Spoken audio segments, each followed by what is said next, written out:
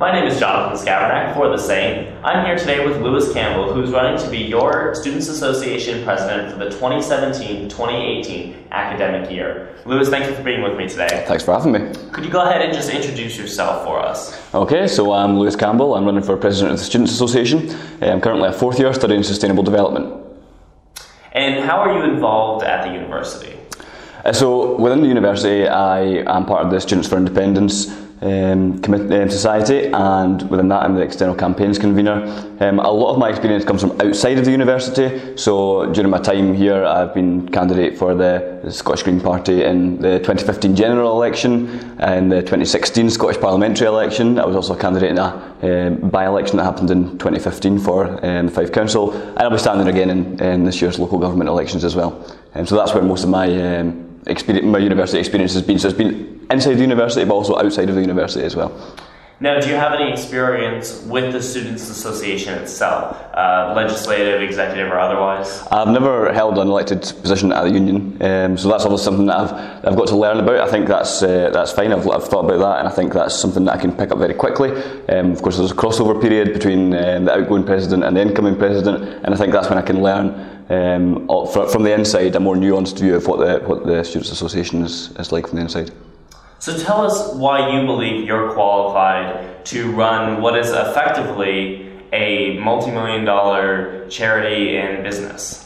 Okay, well, if you look at the responsibilities of the president, it's them that has to oversee the running of the Students Association. So I think that I have the policies, and I've demonstrated that in the manifesto, and the ideas to improve the Students Association from internally, but also I think that we live in politically volatile times, and I think that it's good to have somebody who has experience of dealing with external issues at this time, especially more now than I don't know, maybe for decades.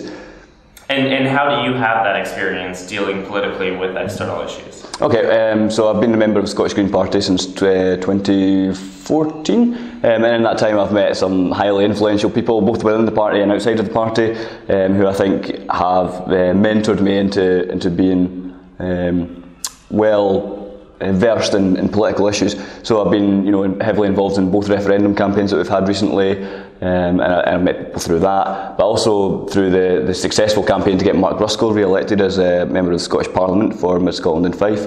I've met people through that, and also I'll be heavily involved in the campaign to get Andy Collins elected for councillor in St Andrews as well. So I think that I've got the experience and the contacts from all levels of government to be able to engage with political issues in a way that I don't think any other candidate can, or any other potential candidate could. And what experience in management and in budget negotiation do you have? Well, funnily enough, I was recently the Scottish Government passed a budget which required the consent of the Scottish Green Party, and within that budget I was involved in the email thread that was keeping negotiations, keeping us informed about the negotiations as they were happening. Obviously not, the nitty gritty of things, but I was still informed about what was going on in those negotiations. And the Green Party secured an extra £160 million for local services. It was an extra £10 million for Fife Council itself. So that's the experience I have at a national level of managing budgets. But even during my time at university, I've taken modules in management, and I think I can. The Students for Independence has lots of money as well. It's probably the richest political society in St Andrews, I would imagine. And do you have experience actually managing a team of people? Absolutely. So as a candidate for especially the 2015 general election, when I was only 18 for that campaign, I also had a campaign manager and an election agent, of course. But within that, I had to do lots of coordination and to try and get people to come out and campaign for me, because that's the important part. And I had to make sure that everything was running smoothly, and I think I did that very successfully. I exceeded expectations there in that election. So we're going to go over your manifesto in detail in a minute, but go ahead and give us a brief 1 to 2 minute pitch. Why are you the best candidate for Students Association President? I'm the best candidate because I have some ideas which I think can reform the university from within, to improve the university experience for our students, but also because we live in politically volatile times, and I think I also have the best experience out of any student in the university to deal with those political issues and make sure the student body's voice is heard. And the top portion of your manifesto talks about a student-led housing cooperative. Mm-hmm. Can you go ahead and explain to us a little bit about what that means and how you plan to implement that? Okay, so I, over the summer, was an intern at a housing cooperative. So basically what that is a normal sort of body for managing housing, but within that the cooperative board is made up of members, which could be elected members. It's made up of members who are tenants. So the tenants get a say in the strategic direction of the cooperative, and I think that's important for, especially in St Andrews, for making sure that in the future we're going to have a sustainable accommodation service which meets the needs of students. Because obviously it isn't right now because it's too expensive. So the housing cooperative would be what would happen. Be it the accommodation services would become a new company, a cooperative, and this company's board would be elected out of tenant students, and those tenant students would guarantee the future of the cooperative and the future of accommodation in St Andrews. So by tackling exorbitant rent rates and talking about student housing, are you talking about the halls or private properties? Both halls and university managed accommodation. Obviously we can't do a great deal except influence government when it comes to making sure the markets work. The market will never provide affordable housing, especially in St Andrews. So what we need to do is make sure that either the university or the student association, or in this case a student-led housing cooperative, can tackle affordable housing, because the market's not going to do it itself. So as Students Association President, you'd be head of that organization. And unfortunately, the residential and business services team is actually part of the university. How would you convince the university to go along with this idea? Well, I think there's support for this, at least in my own party. There's support, and of course we influence the government, as I've explained earlier. So there is support at a higher level within government. But I do think that I can convince people in the university. Obviously there's going to be negotiations over this, and there's going to have to be compromises. But I do think that maybe we won't even transfer all of the assets initially, but what I'm going to be doing is trying to lay the groundwork for that, and I hope the university is going to work with me. It would be, I think it would be vandalism of the relationship between the Students Association and the university if they didn't want to cooperate on this.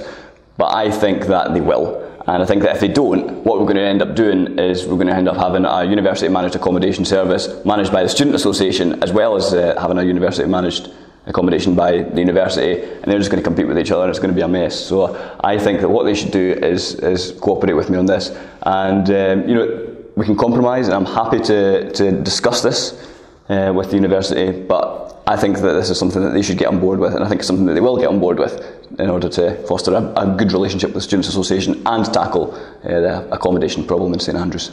Do you honestly believe that the university is going to reform RBS, which is a major source of revenue for the university, into something that is potentially less productive and less cost effective? I don't think they have a choice, and I do think that the cooperative, because we have to tackle accommodation, we have to make sure that we're widening access for people, and that St Andrews is affordable. We've got a university that's got an image of being elitist, which is for a number of reasons, but one of the reasons is it's so expensive to live here, and we need to tackle that, and the university, I think, are behind tackling it. And I think this is an idea which will, and maybe I need to convince them if I'm elected, but I think this is an idea that will make student accommodation more affordable in the future. I think it's going to have to be a radical change in order to provide this accommodation.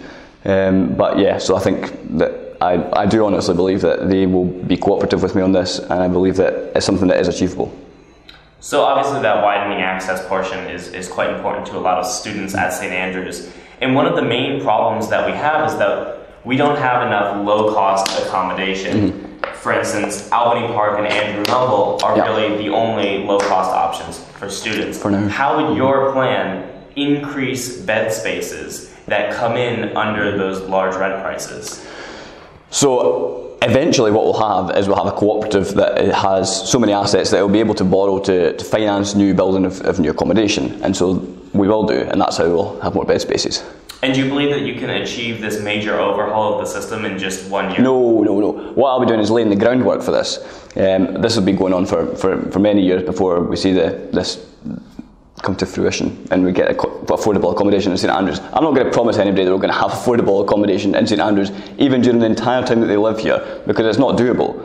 But what I have come up with is an idea that is going to reform accommodation in St Andrews, and I think that's what it will do if the university get on board with this. And your next point in your manifesto discusses an in-house entrepreneur. Mm-hmm. Can you define what that means? So, the in-house entrepreneur will have a lot of different things that they're going to be doing. So we can have, there are already people within the university. There's the SIE ambassador. There's obviously somebody in the career centre who deals with things like this, and this provides a common direction for them. So there's going to be a couple of things that we're going to do, because as somebody who has worked part-time in St Andrews, I know how difficult it is to get a part-time job, and I think that if students are able to provide for themselves by being nurtured to set up their own businesses while they're in St Andrews, I think that's going to be something which is which provides them, makes St Andrews more livable, as well as being something good for their CV. Also, I think that we need to be increasing university spin-outs. So if we have an in-house entrepreneur, they're going to be well connected to alumni, and these spin-outs will be able to generate revenue for the university. And indeed, with the St Andrews Angel Network, which has recently been set up, there has been capital raises of of businesses that are around. The original idea was to have university spin-outs getting capital from this. I'm not sure how much university spin-outs have been benefiting from this, but in the future I think that there should be much more university spin-outs which can generate revenue for the university. So effectively this idea is an incubator for students who want to pursue creating their own business. Either while in St Andrews or as they leave St Andrews as well. Where would you get the funding for this initiative? So there's already the Career Centre, as I say, has somebody who works for entrepreneurs or to foster entrepreneurship amongst students and graduates. I think this is just a slight rejigging of that role. There's also an ambassador for SIE. I think we already have the resources to do that. It's just basically amalgamating that all into one, so it's in one place, so people can access it, and it has a common purpose. So I just want to clarify, you want to or don't want to provide funding for students who are looking to create their own businesses? I think that is not good.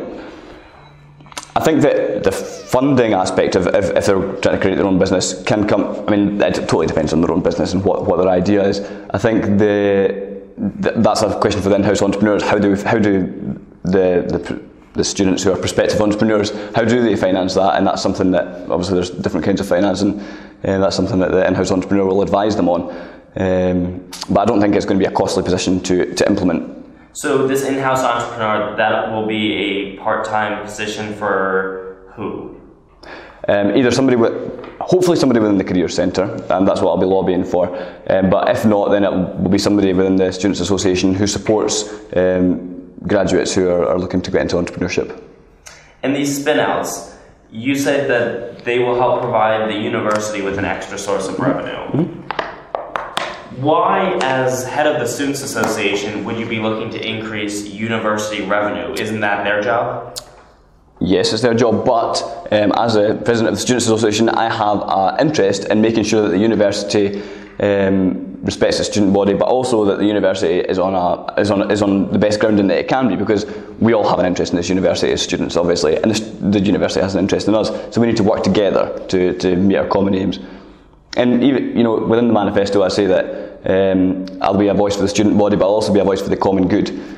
So within that, I think there's scope for working with the university and outside actors as well. You seem to be pretty focused on the economic side, especially with employment. Mm-hmm. And one of your next points is talking about instituting an alumni career fair. Mm-hmm. Could you tell us just a little bit about that?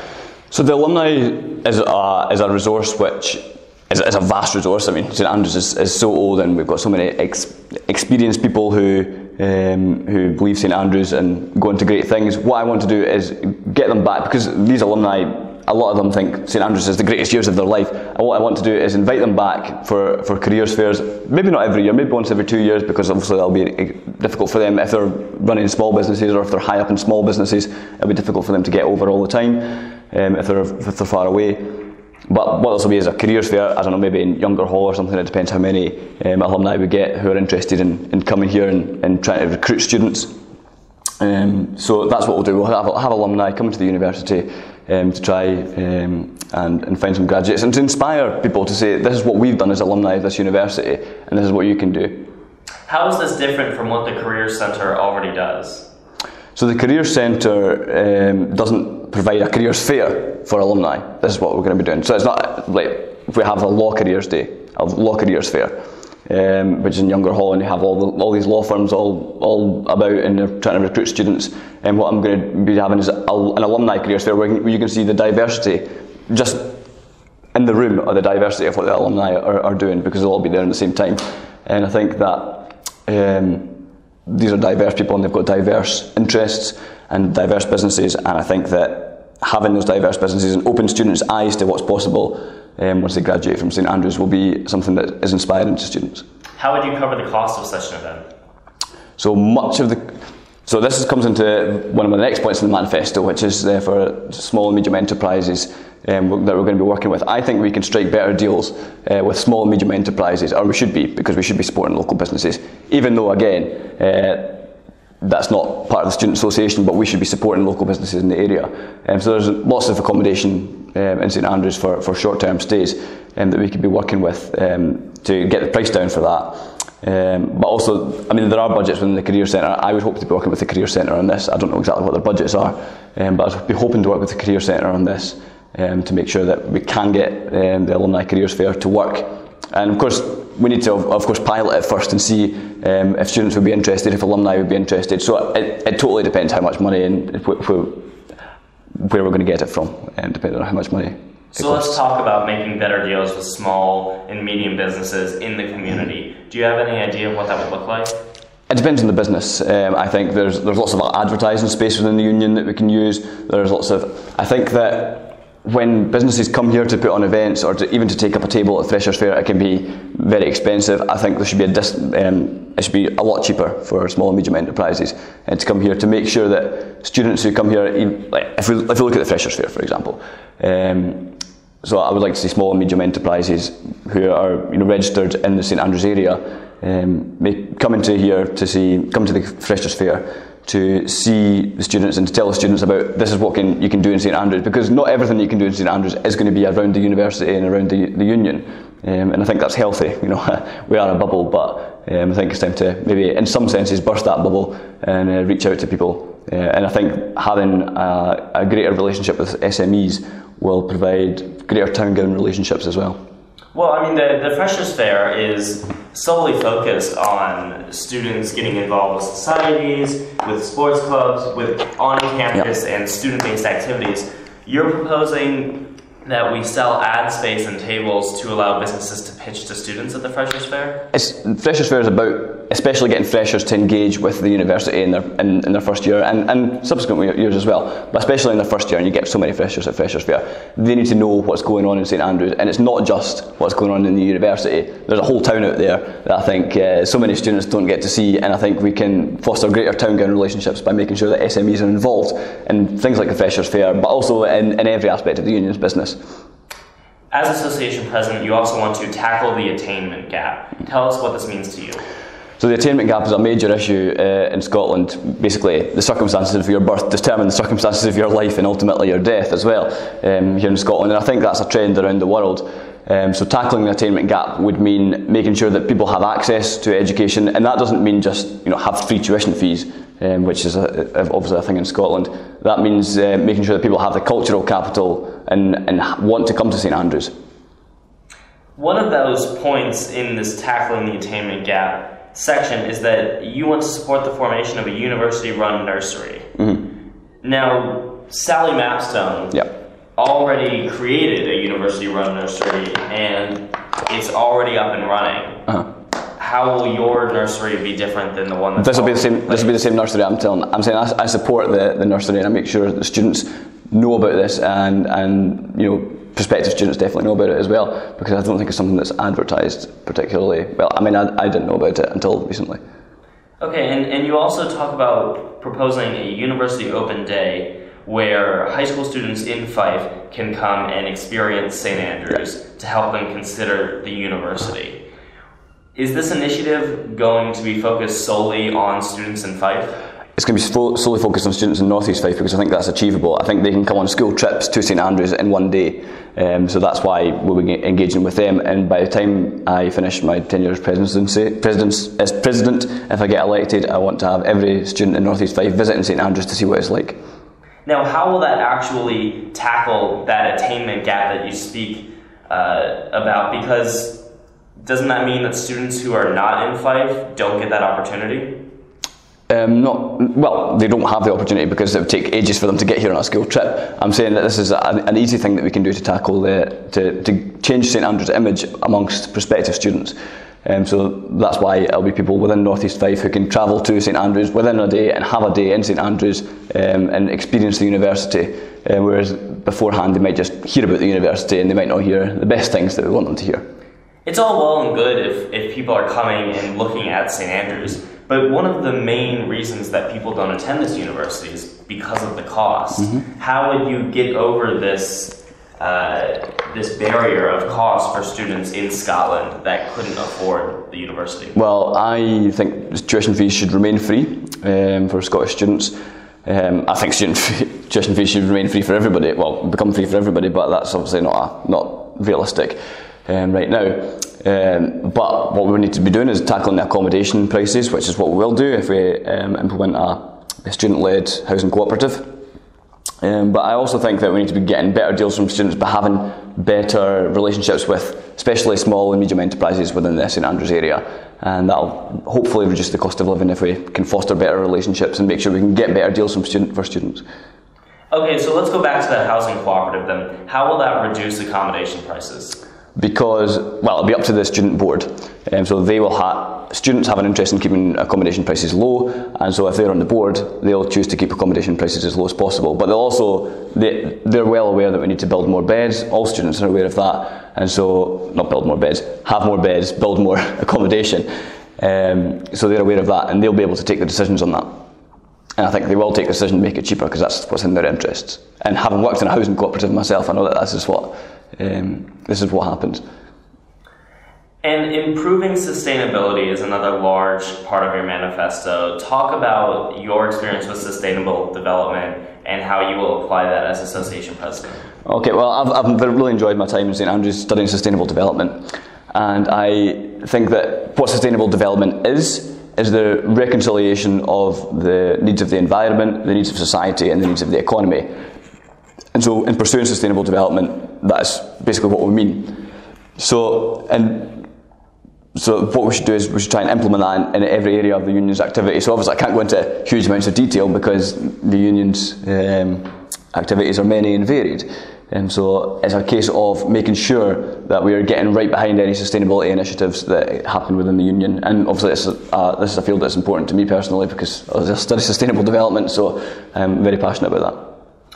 Okay, so we're running out of time, but could you just give us an idea of the remit of the association president and how you will specifically fulfill those goals? Okay, so the association president is to coordinate the union building, to coordinate what the union's activities, and to work with other sabbaticals in doing that. Also, they're a spokesperson they're the external face of the student body. So they have to be an ambassador for the university at all times. I think I've proven through my experience that I can do that. And I've got the contacts in the field to do that effectively and to make sure that the student body's voice is heard and that the interests of the student body, the university and the common good are heard by people in places of power. Alright, and is there anything else that you'd like to add before we finish up? What would I like to add? Well, I think that I'm the best candidate for the job. I think that I have in these uncertain, politically volatile times, I have the experience to deal with political issues that arise, and I think that I'll be a good president for St Andrews. All right, thank you very much, Lewis. Okay, thank you. My name is Jonathon Skavroneck for The Saint. Make sure you visit www.thesaint-online.com for more of our 2017 elections coverage.